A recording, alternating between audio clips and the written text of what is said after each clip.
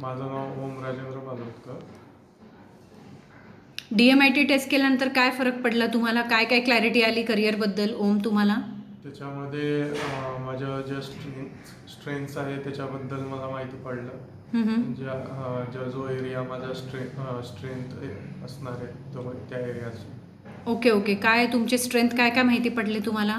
स्ट्रेंथमध्ये group leading, public speaking, teaching hmm. इत्यादी असं जे माझे स्ट्रेंथ आहे त्याबद्दल मला माहिती पडलं. ओके. आणि करिअर पाथ काय काय आले तुमचे? करिअर पाथमध्ये मॅनेजमेंट आणि मॅनेजमेंटबद्दलच जास्त करून किंवा गव्हर्मेंट जॉबबद्दल करिअर पाथ आहे. Okay. So are you satisfied with this career guidance? तुम्हाला येणारे 5-10 वर्षात काय करायचं आहे? हो. क्लिअर झालं तुम्हाला स्वतःबद्दल? हो. इम्प्रूव्हमेंट एरियाज काय काय करायचे आहेत तुम्हाला?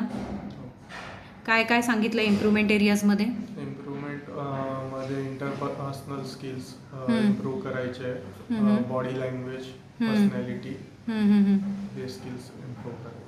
Okay. Thank you. So will you suggest DMIT to other students who are confused about their career?